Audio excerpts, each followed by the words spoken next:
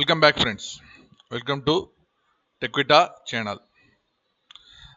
இன்னைக்கு எக்ஸசைஸ் என்னன்னு கேட்டிங்கன்னா, ஒரு ரொம்ப ஒரு குழப்பமான ஒரு எக்ஸசைஸ் கிடையாது. பட் நம்ம அது எப்படின்னா ஒரே டென்ஸ் பயன்படுத்தி மட்டும்தான் நம்ம வாக்கியங்களை அமைச்சிருக்கோம். டைரக்டாக தமிழில் இருந்து இங்கிலீஷ்க்கு நீங்கள் டிரான்ஸ்லேஷன் பண்ணணும். ஆனால் இது பயன்படுத்தக்கூடிய வாக்கியங்கள் ஒரே டென்ஸ் தான். இந்த வீக்கில் ஸ்டார்டிங் கொஞ்சம் நல்லா இருக்கணும் அப்படிங்கிற அந்த ஒரு காரணத்தினால நம்ம ஒரே டென்ஸில் வாக்கியங்களை, தமிழ் வாக்கியங்களை ஃபுல்லாகவே அமைச்சிருக்கோம். அதை ஆங்கிலத்தில் நீங்கள் சரியான முறைப்படி மாற்றி அமைக்கணும். எல்லாருமே கலந்துக்குங்க. முக்கியமாக அவங்க அந்த டீம் வைக்கக்கூடிய ரெக்வஸ்ட் அவங்க கமெண்ட் செக்ஷனில் என்ன சொல்கிறாங்கன்னா, ஒவ்வொருத்தவங்க ஒவ்வொரு கமெண்ட்ல இப்போ ஒரு எக்ஸ்னு ஒரு பர்சன் இருக்காருன்னா, ஒவ்வொரு ஆன்சர்ஸும் இப்போ இதில் 5 கொஸ்டின்ஸ் கொடுத்துருக்கோம். ஒவ்வொரு ஆன்சர்ஸும் ஒவ்வொரு பதிவில் கொடுக்குறாங்க அப்படின்னா 5 கமெண்ட்ஸ் ஆயிடுது. நம்ம ரிப்ளை பண்ணுறதுக்கு ரொம்ப சிரமமாக இருக்குது, ரொம்ப கஷ்டமாக இருக்குது. அதே சமயத்தில் இப்படி கமா கொடுக்க வேணாம்னு சொல்கிறாங்க. இப்போ 1க்கு ஆன்சர் கொடுத்து இப்படி, 2க்கு ஆன்சர் கொடுத்து, 3க்கு ஆன்சர் கொடுத்து இப்படி. ஆனால் வேற அது நான் சொல்ல முடியாது. ஏன்னு கேட்டிங்கன்னா, அது ஆன்சர் பண்ணுறவங்க ஆன்சர் பண்ணுறதே பெரிய விஷயம். அதில் இப்படி கொடுக்காத, அப்படி கொடுக்காத அப்படின்னு இப்படி அவங்க கொடுக்க சொல்கிறாங்க. 1 கொடுத்துட்டு செகண்ட் 2வது என்ட்ரில் வரணும் அப்படின்னு. ஆனால் பரவாயில்ல, நம்ம அந்த 2வது ரெக்வஸ்ட் நம்ம ஓவர்லூப் பண்ணிக்கலாம். ஆனால் ஃபர்ஸ்ட் ரெக்வஸ்ட் மட்டும் அது ஸ்டில் ஒரே பதிவில் எல்லா ஆன்சரும் பண்ணுங்க. எப்படி பண்ணாலும் பிரச்சனை கிடையாது. ஆனால் ஒவ்வொரு பதிவில் ஒவ்வொரு ஆன்சர் பண்ண வேணாம். அதுதான் மேஜரான ஒரு விஷயம். அதில் கொஞ்சம் நீங்கள் கவனம் செலுத்துங்க. ஓகேவா? ஓகே, இன்றைக்கு எக்ஸசைஸ்க்குள்ளே கொஞ்சம் அதுக்குண்டான விஷயங்களை சொல்லிடுறேன்.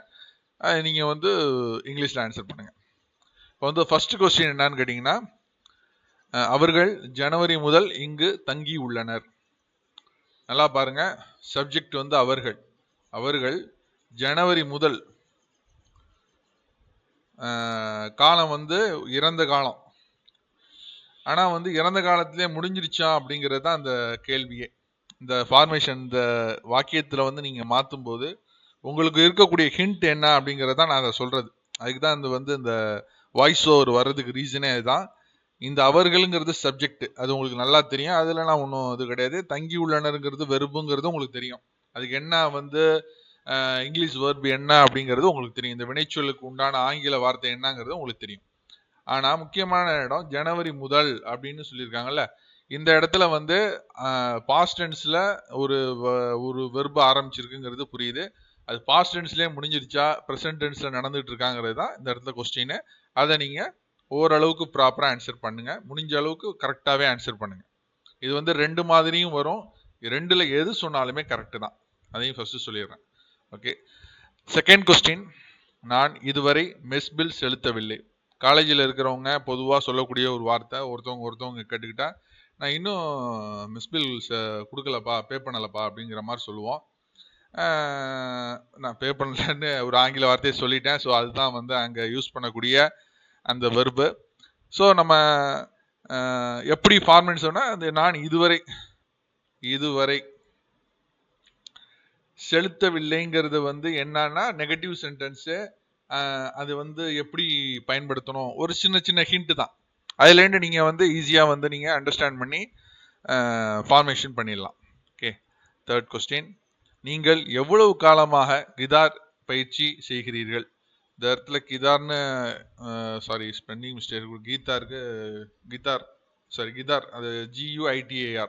ஓகே, அதை வச்சுங்க, GUITAR. ஸோ இந்த guitar guitar or cricket or football ஏதாவது ஒன்று. இந்த இடத்துல அது ஒரு ஹாபி ஆர் அது ஸ்போர்ட்ஸ் ஆர் எனிதிங், ஏதாவது ஒன்று இந்த இடத்துல வருது. ஸோ எவ்வளோ காலமாக நீங்கள் பயிற்சி செஞ்சு கொண்டு செய்கிறீர்கள் அப்படிங்கிற மாதிரியான கொஸ்டின். இந்த இடத்துல நீங்களுங்கிறது சப்ஜெக்டாக இருக்கட்டும்.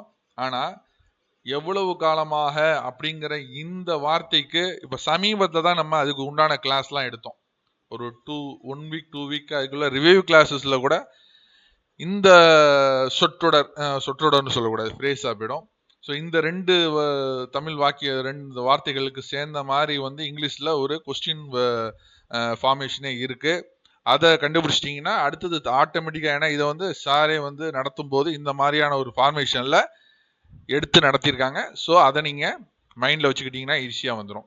தென் 4th கொஸ்டின், திங்கட்கிழமை முதல் நான் அவர்களை பார்க்கவில்லை.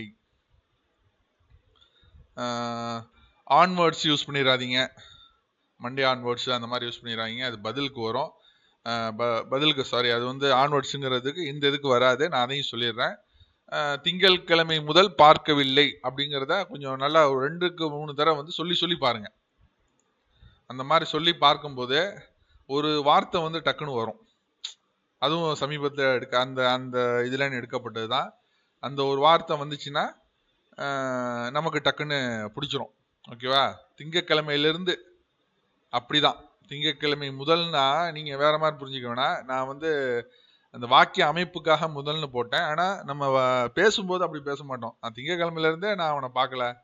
இதுதான் சிம்பிள், ஈஸியான ஹிண்ட் நான் அந்த கொடுத்துருக்கேன். இது நல்லா புரிஞ்சுக்கிட்டீங்கன்னா ஈஸியா ஆன்சர் பண்ணிடலாம். தென் 5th question, last question. Okay, நான் பல வாரங்களாக அவளுடன் தொடர்பு கொள்ள முயற்சிக்கிறேன். ஒருத்தவங்க ஒரு ஃப்ரெண்டோ இல்லை ஒரு அக்காவோ தங்கச்சியோ அப்படியே வச்சுங்க, அவங்கள வந்து பல வாரமாக ட்ரை பண்ணுறேன் அவங்கள்ட்ட தொடர்பு கொள்ள மீன்ஸ் பேசவோ இல்லை செய்தி சொல்லவோ பரிமாறிக்கவோ அதுவோ ட்ரை பண்ணுறேன் அப்படின்னு நம்ம சொல்கிறோம். இதுவும் நம்ம லைஃப்பில் பல தடவை யூஸ் பண்ணக்கூடிய ஒரு சென்டென்ஸ். நான் சப்ஜெக்ட் ஆகிடும். யாரை நம்ம தொடர்பு கொள்கிறோங்கிறது இந்த இடத்துல இருக்குது. தொடர்பு கொள்ள முயற்சிக்கிறேங்கிறதுக்கு என்ன வார்த்தை போடலாங்கிறது நல்லா யோசனை பண்ணுங்கள். நான் பல வாரங்களாக அப்படிங்கும்போது பல பாஸ்ட்லேருந்து ஸ்டில் ப்ரெசென்ட் வரைக்கும் நான் ஃபர்ஸ்ட் கொஸ்டின் லாஸ்ட் கொஸ்டின் ஒரு லிங்க் பண்ணியிருக்கேன். அதை புரிஞ்சுக்கிட்டா ஈஸியாக ஆன்சர் பண்ணிடலாம். ஓகே, லாஸ்ட் அண்ட் ஃபைனல் ரெக்வஸ்டாகவும் திருப்பியும் சொல்கிறோம், அனைவரும் ஒரு அன்பான வேண்டுகோள், தவறாது இந்த கேள்வி நிகழ்ச்சியில் பங்கு கொள்ளுங்கள். அதே போல் தாங்கள் பதில் தரும்போது ஒவ்வொருவரும் ஒரு பதிவில் பதில்களை தரவும். ஸ்பெல்லிங் மிஸ்டேக்ஸ் இருக்குது. ஓகே, ஒவ்வொருத்தவங்க ஒவ்வொரு சிங்கிளாக வந்து ஆன்சர்ஸை கொடுங்க. ஓகே, உங்களுடைய ஆன்சர்ஸ்க்காக வெயிட் பண்ணுறோம். முடிஞ்ச அளவுக்கு கரெக்டான ஆன்சர்ஸ் கொடுங்க. ஏன்னா எடுத்த லெசன்ஸ்லேருந்து தான் நம்ம பயிற்சி எடுத்திருக்கோம். எல்லாரும் ட்ரை பண்ணுங்கள். தப்பாக இருந்தால் ஒன்றும் பிரச்சனை இல்லை, சரி பண்ணிக்கலாம். Bye friends.